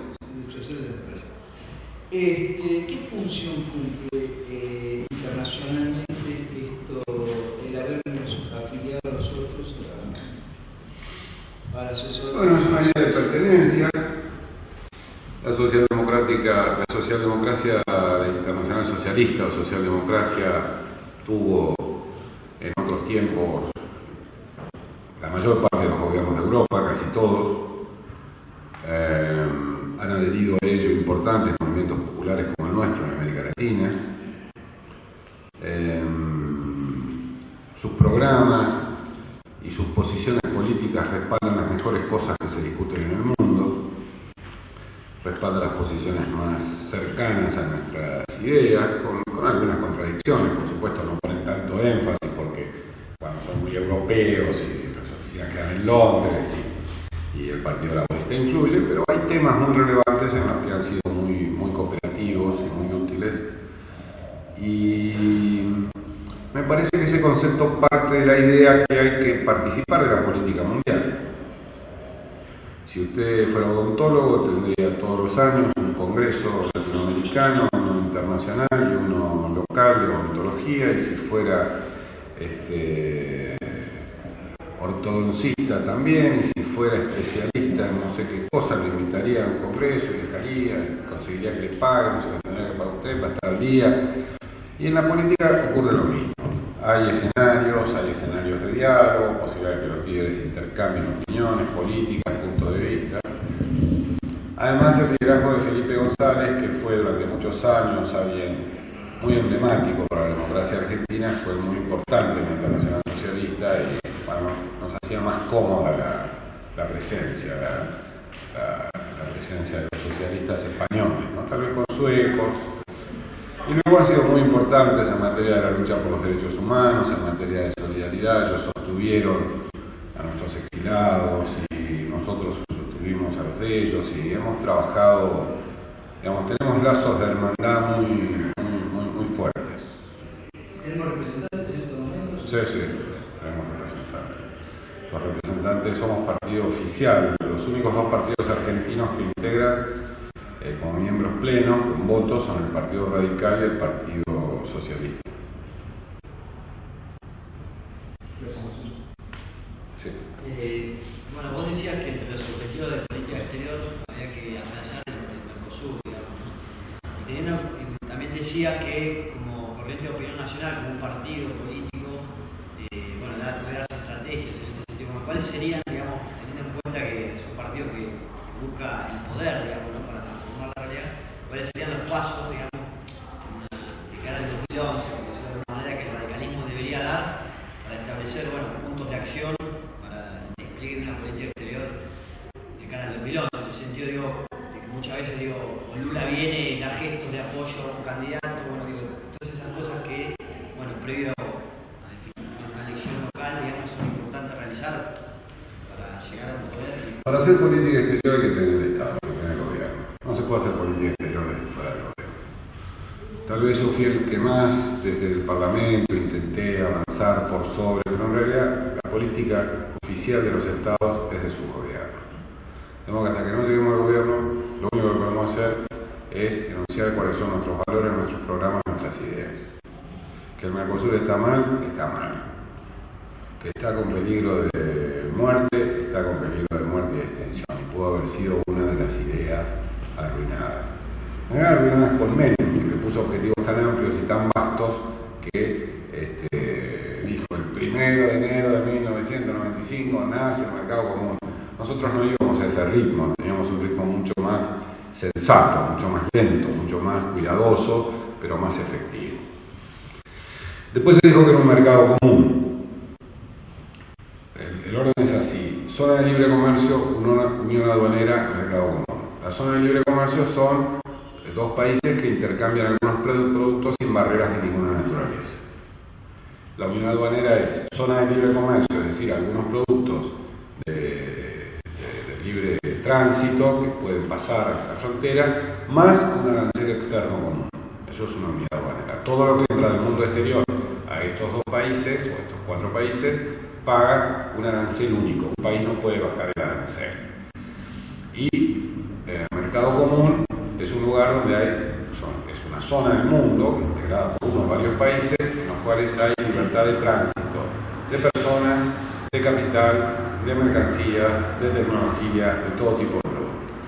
Bueno, entonces nosotros de manera rimbombante, bien vestido de Menem y su pañuelo de 4 colores, anunciamos mercado común. Y en realidad la lista de excepciones era más alta, era más larga que la lista de productos permitidos. Entonces en realidad nunca fue un mercado común. Además, con políticas de devaluación cambiaria, el arancel se mata de risa, porque si vos tenés un arancel, pero tenés un atraso cambiario como el que tuvo la Argentina en el periodo 25-2000, estás en un verdadero disparate. Y si después nosotros adelantamos nuestro tipo de cambio, pero Brasil lo atrasó, lo cierto es que se dieron una serie de circunstancias. Los primeros 10 años fueron un fenómeno para Argentina porque fue extraordinariamente superavitario. Y en los últimos años se volvió de un modo muy significativo deficitario para nosotros el comercio con países vecinos. Midiendo el valor de una, dividiendo por peso la balanza comercial, vos te das cuenta de cuál es la calidad de lo que nosotros compramos y de lo que nosotros vendemos. Entonces vendemos cosas baratas y compramos cosas caras. Simplemente dividiendo la tara, el peso de lo que vienen en los barcos y los camiones por lo que representan desde el punto de vista económico los precios establecidos. Y bueno, ahí hay cosas para corregir, pero sobre todo hay un proyecto común, un proyecto político común de inserción en el mundo que se ha perdido. En mi opinión, más allá de que Lula ahora está en una situación bien comprometida y bien compleja, porque le ha pegado muy duro esta crisis, porque él estaba mucho más internacionalizado que nosotros, en mi opinión, los gobiernos no han tenido diálogo de calidad en los últimos años. Sí, se llevan bien los militares, digamos, hay ciertas cosas simbólicas que están bien cuidadas, pero siempre ellos apoyan que nosotros reclamamos las Malvinas y nos dicen que sí, nosotros reclamamos los problemas que ellos tienen, de distinto tipo, pero no hay convergencias de intereses más profundos, no hay articulación de intereses profundos. Por favor. ¿Qué esperanza tenemos nuestro fuerte es el campo de que para salir de esta crisis la ley que se está pidiendo agropecuaria nos ayude a salir de la crisis, haciendo que nuestro país vuelva a tener, no digo primero del mundo porque ya hay otros países que Brasil por ejemplo que nos está ganando en ese sentido, pero qué esperanza tenemos. Sí, en materia de ganadería el desempeño de Brasil es impresionante. Sí, por eso no se nos deja de estar. Así es. Bueno, es una larga tradición la malversación del interés nacional.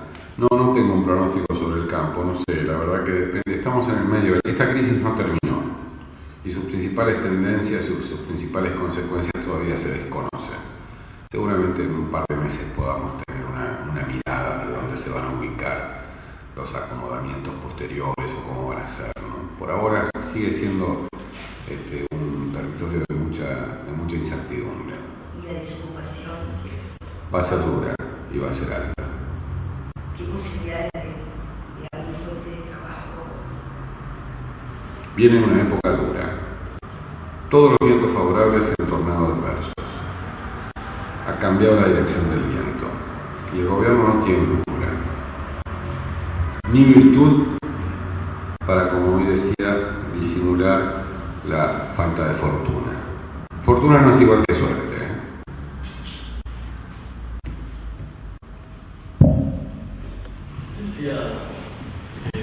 Por favor. Perdón, No, vos habías pedido es antes. una pregunta. A ver. Dale. Hacía referencia antes, bueno, con todas las diferencias entre política doméstica y política exterior. Hay un caso que me parece paradójico, es el caso de Perú.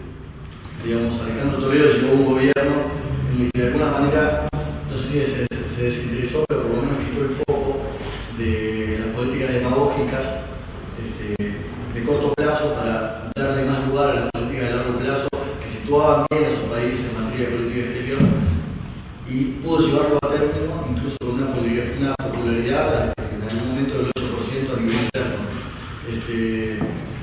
¿Existe alguna posibilidad de que eso suceda en nuestro país, por ejemplo, digamos, que un gobierno pueda aplicar políticas de largo plazo, posicione bien al país en materia internacional, dejando de lado las demandas internas? O, perdón, las demandas internas en realidad, como usted dice, malversadas. Yo no sé, no estoy muy de acuerdo con vos. Toledo era un hombre con una formación predominantemente económica. Y llegó después de un caos formado por Fujimori y los procedimientos posteriores. Él fue un presidente muy aislado, pero logró que la principal fuerza política del país, que después gobernó, que era el APRA, le aceptara la negociación con Estados Unidos en materia de comercio. Y el país se organizó vertiginosamente, porque Perú es un país que sí tiene sentido, que sí tiene recursos, que sí tiene posibilidades. Perú es nación y Estado simultáneamente. Estado débil, pero Estado. Hay nación y Estado. Después de la derrota de Sendero Luminoso, Perú es nación y Estado. Hay otros países que son Estados sin nación, y otros que son naciones sin Estado, y otros que no son ninguna de las dos cosas, ni nación ni Estado. Pero en este caso, Perú aprovechó una oportunidad, se dio una oportunidad extraordinaria que sigue, y bueno, como digo, en todos los casos, estando en el medio de la crisis, me tomo la libertad de dejar ver un poquito más cómo evoluciona. Pero que va a haber un escenario más recesivo, no duden, acá y en todo el mundo. Tendría que ser uno, tendría que tener un producto, una fortaleza para que no se note la caída, que es muy difícil apreciar. Va a ser muy difícil. Sobre todo en este gobierno, porque este gobierno jamás ha gobernado con restricciones en las cuentas públicas. Este gobierno le ha dicho que sí a todos. Y le va a costar mucho adaptarse a la nueva situación. Yo tengo un pronóstico muy sombrío sobre las posibilidades de la presidenta Kirchner de adaptarse a un mundo de restricciones, a un mundo donde hay que sacar la tarjeta del no. No sé si está no sé si se imaginan que el poder es para eso. No se imaginan el poder como un ejercicio de sacrificio, de tener que explicar a la gente porque eso es lo mejor para el país. No sé. Última. Más ahora más local. Y el tema de Macri. No sé, ¿qué tiene que ver? Y Macri está bien, no tiene que ver, pero ¿cómo lo ves? ¿Qué papel juega Macri?